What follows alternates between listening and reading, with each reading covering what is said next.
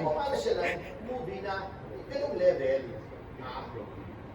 Papanoorin lang naman niya yung mga pelikula ni Charlie Chaplin in the later years, yung Limelight, di ba? O, ito mo yun, si Buster Keaton, dati slapstick sila, etc. Although talagang critically acclaimed, The General is one of the best comedy, the silent movies, Buster Keaton. It's about the American Civil War na comedy. Pwede ka namang magpatawa, nakakatawa, sobrang nakakatawa actually, pero critically acclaimed din, well made din, well acted, well crafted. Okay, thank you, Attorney. Thank you, Janice. This time we have Junel Isidore from Cinema Bravo. Good afternoon po. From Cinema Bravo po, John Rito. Junel! Hello po. Attorney, kasi nabanggit recently ng head ng SEA, Cinemators Association of the Philippines, na hindi lang daw movie ticket prices ang dapat consideration kung bakit ganun yung turnout ng MMFF ngayon. Ano yung opinion nyo doon? And ano ba dapat ang ticket price sa sinehan? Hindi mo kasi cannot help it kasi ito mo sa 100 pisong kita, di ba tanggal na yung 10%? Di ba? Yung amusement tax, buti nga binabaan di ba dati 30% yun? Binabaan yung batas ni Bong Revilla. There's one thing we have to be thankful to Bong Revilla for is that law. So, 90 na lang. Sa 90, hati. Ngayon noong cinema owner, di ba? So, sa 90, magkano 45. So, for every 100 na kitahin ng pelikula, 45 pupunta sa producer. So, ang nagiging rule of thumb, dapat puhunan times 3 equals break-even lang. So, paano mo bababaan? Ang dapat, number 1, ito ang dapat gawin para sa akin. Number 1, salain yung mabuti yung entry sa MMFF. Number 1. Number 2 is subsidize mo ang ticket pag MMFF lang. Gawin mo 200 pesos, gobyerno yung magbayad ng 200 para maraming makanood, makita nila kung anong magandang movie, anong hindi magandang movie. Papanood nila lahat kasi nangyayari 400, 600, isa, dalawa lang papanoorin nila. Ano papanoorin nila? Siyempre, yung pinaka-entertaining vice ganda, di ba? O, yung mga comedy, hindi na nila papanoorin yung iba. Gawin mong 200 yan, 100, subsidize mo na. Anyway, December 25 to January 7 lang naman Pag may bumili ng ticket na 100, bigyan mo yung producer ng 200. O, di ba? 300. Maraming mapapanood yung mga tao. Magko-compare nila anong maganda, hindi maganda, ma-elevate yung aesthetic taste ng mga Pilipino. Yun ang dapat gawin. Kahit festival lang muna. Yung iba kasi hindi pwede. Wala nagagawa ng pelikula pag ginawa mo, pag pinag mo yan by law, so 100, 200. So yun ang dapat gawin. Number 2, alam niyo, sa Korea, nagpas sila ng law to jumpstart the Korean movie industry. What was that law?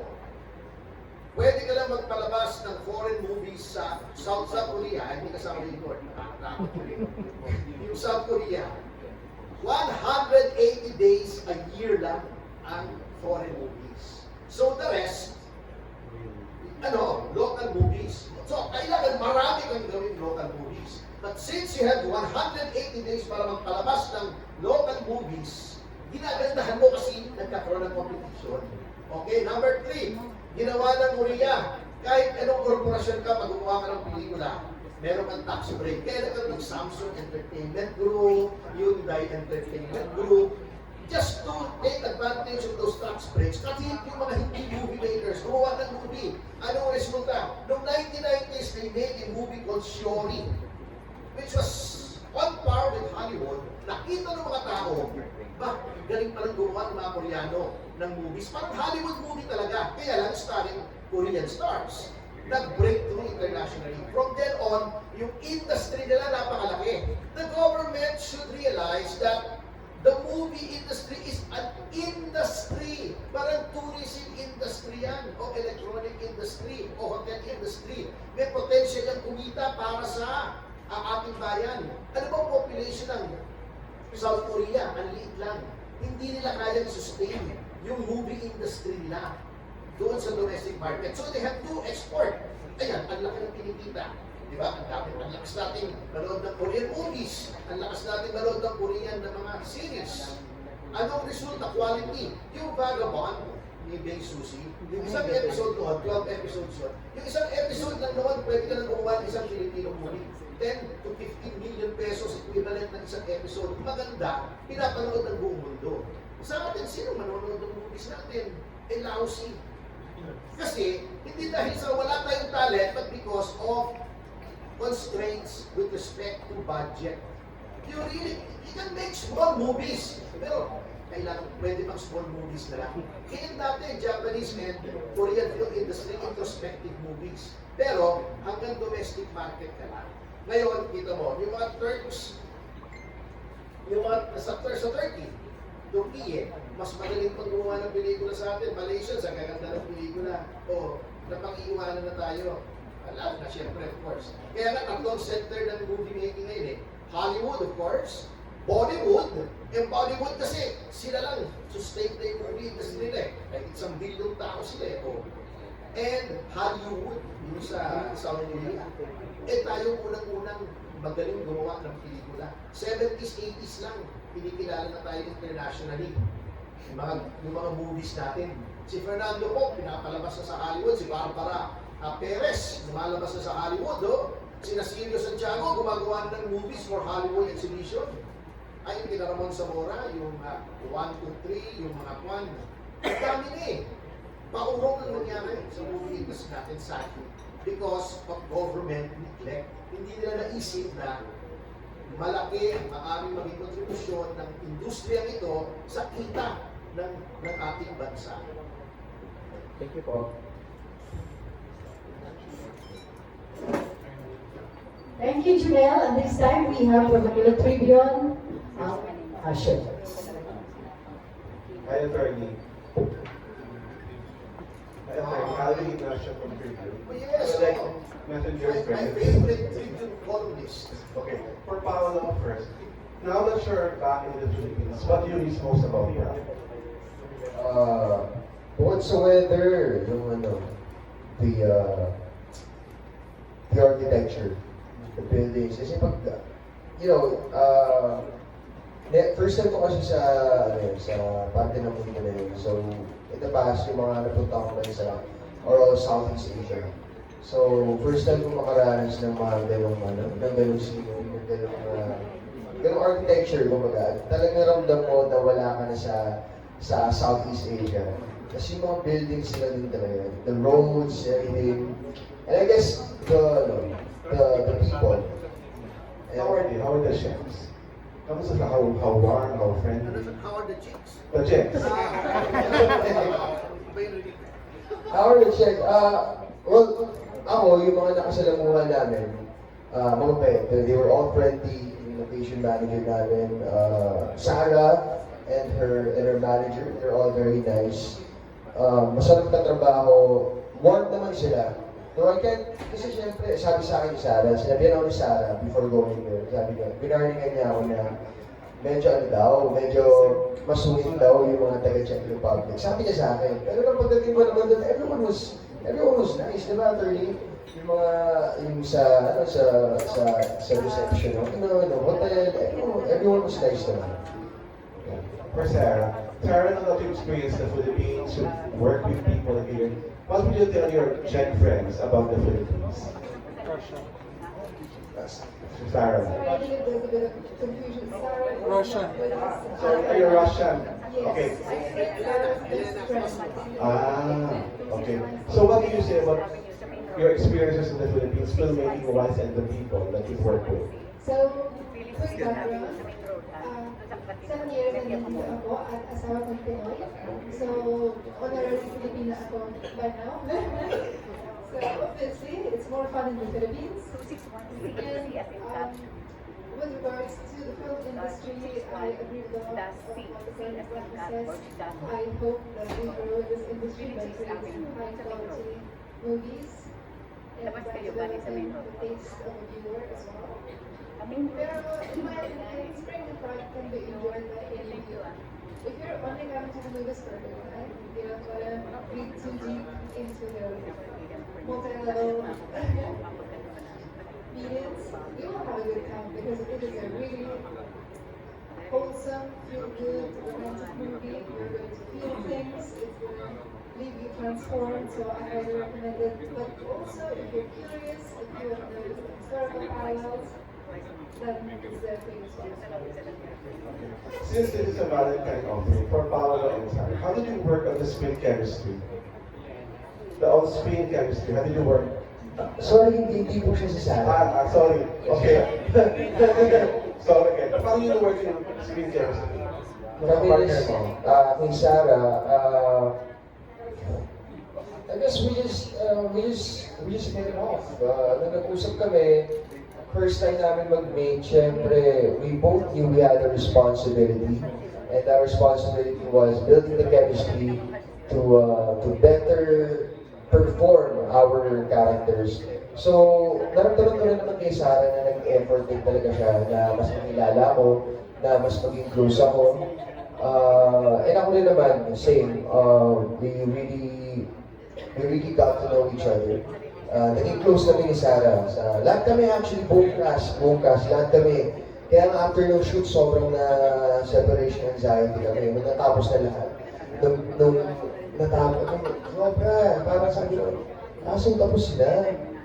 So, yeah, I guess that was a sign na talagang na-build namin lahat yung chemistry namin. Hindi lang kay Sarah, pero sa buong cast. Sa buong cast na talagang napakalalim ng band namin nung shoot. Last question, Attorney Ferds. Why should people watch Spring and Proud? Why is it so special to you? For one, we really spend a lot of time making this movie. So, it is a finely crafted movie. It is well edited. The dialogue underwent so many changes. So, hindi po namin ito ni-rush. And tama si Elena. By the way, I saw Elena first in a very good movie, To Rush in Love, opposite Gerald Anderson. That was a very lovely movie, yung storyline niya. It was on Netflix, so I insisted in getting her. Number two, well, tama si Elena, if you just want to have a good time, ayaw mo mag-isip ng malalim, pwede siya, kasi it's a rom-com. Take it at face value. But if you want to exert a little extra effort, nandoon yung historical context ng movie. Matututo ka ng history, matututo ka ng culture sa... yung history ng Europe, actually, matututunan mo ron. Paano naging Czech Republic from Czechoslovakia, part ng Austro-Hungarian Empire, etc. If you wanna go deep, it's okay. Para sa dagat, kung gusto mo sa damlampasigan lang, pwede. Kung gusto mong mag-snorkeling, pwede. Kung gusto mong mag-scuba diving, pwede rin. Hindi katulad ng ibang movies, hindi ko nasasabihin, hanggang babaw ka na lang, hanggang tampisaw ka na lang sa dalampasigan. So, in other words, this movie can be what you want it to be. May option ka, in other words. Thank you, Attorney. And of course, we will take 3 more questions. By the way, wag niyo pong kakalitaan, this is going to be shown February 4 na po. Okay, at magkakaroon po kami ng premiere on January 19. This time, we have the detained editor of Philippine Star, Natalie Tomada. She's my boss. Attorney. Okay, first of all, can I just address my question to Direk Lester? Hi, Direk. Okay. Ano po ba yung mga challenges shooting in Prague? Pwede mga kwento. Amin po sa Prague, ni-shoot po kami doon. Medyo challenge po sa amin talaga yun nga. Yung in daylight, kasi nung pinagando ko din parang ano lang, 6 na yung window namin.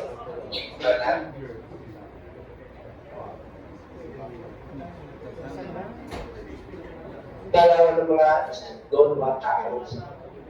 Pag-action, hindi siya gaya sa Pilipinas. Hindi talagang ang bilis, mas sexy na, mas meron silang more on na sila, nakasunod sila sa oras. So yung gaya na tagdalan ni Mr. Chulo, umabaw na yun na ba yung galawan nila na 5 sequences na kung namin, kaya tayo sa Pilipinas, naman tayo, high school. Kasi yung pinakasya namin. Kung kaya ito hindi pwede yung gano'n. Pag yung class kami, na-lip ng mission, hindi sila nagmamadali, hindi kami nangangarap. Medyo pag-aarong. Pero siyempre, sa mga kaya natin Pilipino na tayo ng mabilisan. Ang masasaya ka sa oras. Pero bukod doon, may nag-challenge song, hindi ba lang doon sa lamig? At iba na kayo kasi na nag-doon tayo ngayon. So yun yan, sabi nga attorney kanina, yung mga battery, ang bilis palooban, nagkalang init, tapos kumain ng battery, yung gadgets namin. Challenge doon, yung negative 15 ay heat, kung natin kami. Yung lamig, kahit sa parasong post-it na nakuhaan talaga. Makakover ka lang sa hangin, kasi sobrang lamig talaga. So yung challenge sa amin lang ito sa park. Pero bukod doon, wala kami naging problema kasi dahil yung counterpart namin ng production, it is potential, ano yung problema, sa mga permit, sa mga smooth. Ngayon, yung kain, cater pa kami lagi, araw-araw. So yun, wala kami naging challenge sa ano, siguro yun nga, yung weather ng time na yun, medyo kami. Yung medyo naging problema po. Follow up lang direct. In your own words, ano ba yung pwedeng take away dito sa film or what do you want the audience to get out of the film? Or learn? Sabi po, yung sa Pilipinas po talaga, tingnan niyo po talaga is yung, kaya po namin na siya yung tawag ni direct ng ating DOP is medyo inayusan po talaga namin. Talaga namin pinadali, hanggang pare, matagal, pero maayos po yung susunod ng pelikula. Hindi ako, kaya sabi ni ate attorney, kung ito na simplicity, kung i-met for, kung ano yung magiging takeaway dito, lalo sa history, kung ito natin na hindi nila doctor sa pa. Kami naganda naman ng pelikula. Ngayon ako lang ng ganitong klase ng pelikula rin talaga. Ganito yung storyline. So, kaya maganda siya, panoorin niyo. Okay, my last question is for the Orancho artists and talents sa Bicol. Can we just hear a few words from you? Ano yung, like, what are your goals in the industry? Ano mga expectations ninyo being signed up by Attorney Ocasio? Hello po, I'm Jessie Vidal, one of the artists po ng Buracho Film Production po. And ako po yung kumanta ng theme song po ng Spring Proud. So yung gusto pong ma-achieve or parang mga expected ko po dito sa Buracho Film po, sana po magkaroon po ako ng maraming projects and makatrabaho po ng iba't ibang mga artista po. And ayun po, nag-open lang po ako na makatrabaho pa sa attorney ng madaming pa po, taon pa po. Yun. Thank you po. Si Miss Shira. Hello po. Yes, good afternoon po sa inyong lahat. Ako po si Shira Sumakot. I am one of the newest talents of Buracho Film Productions. And honestly, it's an honor po to be one of the members here in front. Dahil po, honestly, first time ko po maka-attend ng isang press conference for a movie. And hearing Attorney Ocasio a while ago explaining his values, I have found and realized myself that I also share the same belief with him. Lalo na po sa industry, sa entertainment industry. As a newcomer in this field, ang expectation ko po talaga is to inspire and showcase my abilities not only as a person myself, but as someone who is trying to build an identity in the artistic world. Yun po yung aking main expectation in Boracay Film Productions. Hello po everyone, I'm Sean Moran, Relations Artist. And yun lang po, grateful po ako because I'm part of the Boracay Film, especially for the city of Boracay. And I'm really grateful to meron po mga projects. And I'm really proud of Atty. Napapanood ko na siya sa video. Sorry random na singit kasi pinapanood ko pa si Atty. sa video regarding sa mga issues sa atin. And naging isa rin siya sa inspiration ko na bumalik sa TV. And more opportunities to come and I'm just proud to be in production. Okay, last question na Attorney Tomasio. Sa pagpili mo ng talents for your talent management, are you still looking for artists to sign on? Ano ba Well, yung of hinahanap? course, lahat naman ng talent teams, alam ni Tyrone yan, na syempre, we're always looking for raw talents that we can develop. So, yung mga aspiring, andyan si Tyrone, andyan ako, mamili na lang kayo, gusto nyo kaming dalawa, okay lang naman, o bakit? Wala namang problema kasi kumukuha rin ako ng mga talent sa kanya eh. Siyempre. So, there should be no rivalry in this industry. There should be cooperation and coexistence para gumanda yung industriya. By the way, si Shira, she writes her own songs and her songs are now on Spotify. Si siya naman has very good genes. Anak siya ni Jeric Raval, hindi ka naman the same charisma. And we have a script actually. We have several scripts. We have Pain, which is a political thriller. Political spy thriller. Meron kami yung Gringo Honasek story. These are all properties ng Boracay Films. Marami na kami. We have One Dinner a Week. At saka we have our latest na ginagawa ni Direk Lester. It's a